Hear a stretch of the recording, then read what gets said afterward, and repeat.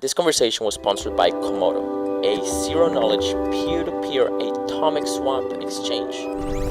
Learn more at komodoplatform.com.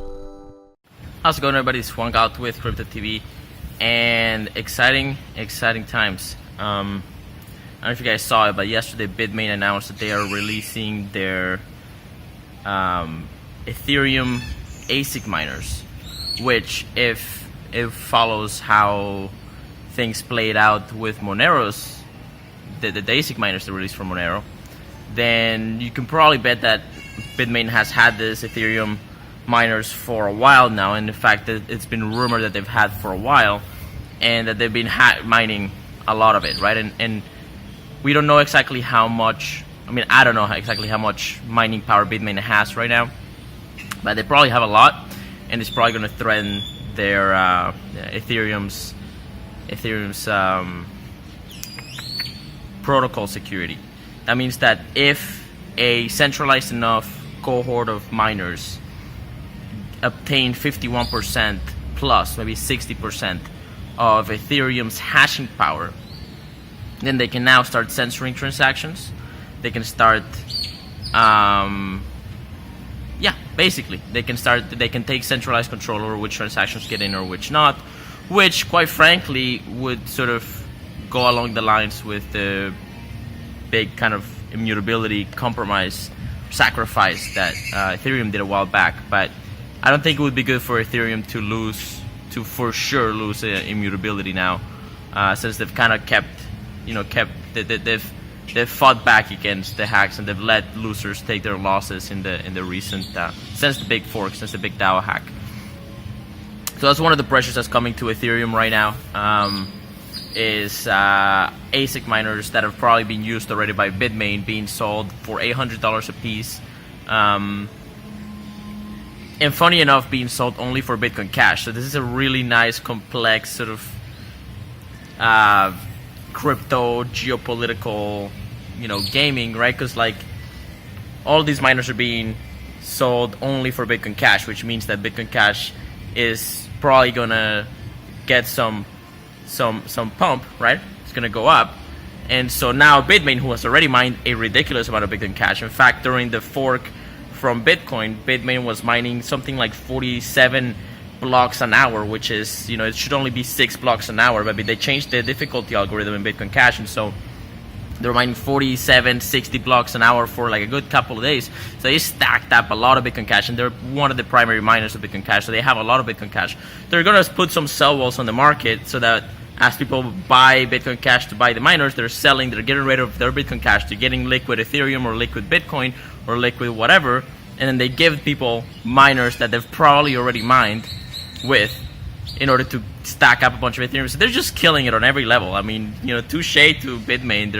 They're master chessboard players, even though they're totally corrupting and sort of danger to the security of the space. And but yeah, so that's fun. And so Ethereum is under serious pressure from that side, and on top of that we have EOS on the other side. And EOS is like, EOS is Dan Lerner, who's friendly with a lot of the ANCAPs, right? Friendly with probably Jeff Borowick, and there's this whole Brock Pierce controversy that they parted ways, and their big call to fame, and everybody's kind of like sort of, there's a little bit of FOMOing happening around EOS, is that EOS is going to be way faster than Ethereum, like way faster than Ethereum, way more scalable, and on launch they're gonna have a way for ERC20 smart contracts and tokens to basically, more or less, this is what I'm hearing, right? And what they're sort of kind of messaging, they're gonna be able to switch over to EOS. So Ethereum projects are gonna be able to just switch over to EOS and bring all their user base with them. And the vision, the plan, is to basically suck Ethereum dry. And I don't know if there's coordination between EOS and Bitmain, maybe not, but certainly like there's like, synchronicity, right? Like if you know somebody's making a big move over there, and that might help you do this even better, then you're gonna like coordinate, right? Even if they're not necessarily talking, though they might be talking, who knows? Because they're, like Dan Lerner is a critic of Bitcoin, as Bitmain is, as Bitcoin Cash people are. So there is certainly, let's say, ideological alignment there. So EOS is Ethereum is under pressure from EOS and from Bitmain's ASIC miners, and it's basically crunch time for Ethereum. They have to deliver Casper. They have to deliver this proof of stake protocol ASAP, which means there may be a fork for Ethereum coming, and it may be a somewhat contentious fork because not everybody sold on proof of stake. But if they don't switch over to proof of stake, they might get 51% sort of dominated. And obviously, like if Bitmain and other sort of like primarily Bitmain takes over, like has more than 50% of Ethereum hashing power, they're not necessarily going to break it. They're just going to play politics with it and, feed their own beast a lot more with it. And that's not going to be good for confidence in Ethereum. And so people are going to flip to EOS.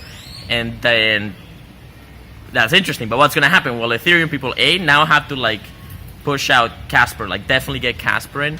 And then on top of that, Ethereum people have had 3 years or so of like hardcore hacking from every perspective on their smart contracts. So they're really like they've been forged in the fires of Ethereum smart contract hacking.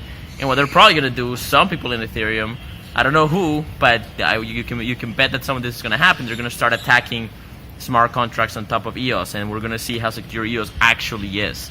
I'm personally not going to be touching or building anything on EOS until probably a year in, if they've proven their stability. But yeah, that's just me, right? So that's exciting. Last but not least, and this is important for EOS because people don't really understand this, and we're talking about protocol level security. EOS is more scalable because they're sacrificing.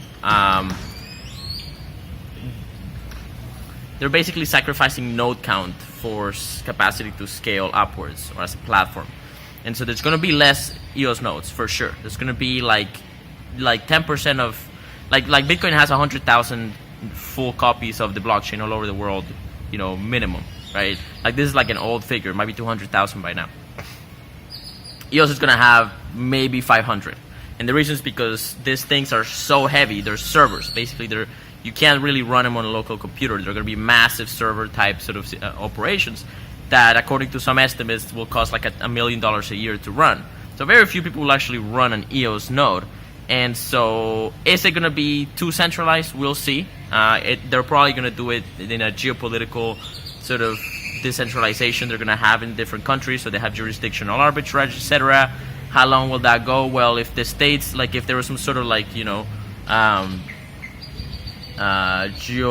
global nation state alliance to take down or take over control of EOS, let's just say, or any other cryptocurrency that's centralized enough, There would have to be like a big alliance, but it's theoretically possible, and every nation state would just take over the data center or two in their country type of thing. I don't know. Who knows, right? We'll see. We'll see if that compromise is efficient. But you would do it after EOS has flourished and all this massive financial stuff is happening on top. You wouldn't do it right now. You would let it grow, and then there's something to take over. With Bitcoin, as long as the hashing power stays decentralized enough, and there's rumors that Samsung's going to come in to sort of build ASIC miners, let's hope so, for Bitcoin, then you won't, the game dynamics aren't the same there. So that's one of the things. People are going to have to trust these block producers in the validation, because users won't be able to validate the accounting history on their own. And there's probably going to be some FUD around this, and probably some people are going to get pissed off at me for this, but that's probably how it works, and we can go into more detail there later on. And the way that those block producers are elected is through proof of stake voting, and so they're going to have to be voting through their tokens, and so it's somewhat political. It's somewhat a political system. It's a proof of stake politics. Is it better than pure one person, one vote democracy? Maybe, arguably. There's certainly, I can argue probably both sides, probably proof of stake more than pure democracy, but that's more or less the lay of the land right now. I think it's going to be really interesting to see how it goes.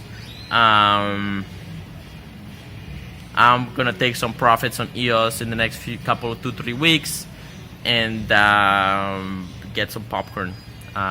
We'll see. Maybe this is all speculation. Maybe none of it will happen. We'll see. But I think it's pretty much crunch time for Ethereum. Let me know what you guys think. Is EOS garbage? Is Ethereum garbage? Like what do you guys think? How is this dynamic gonna play out? Because it's a pretty interesting alignment of pressures. Anyways, thanks for watching, and y'all have a great day.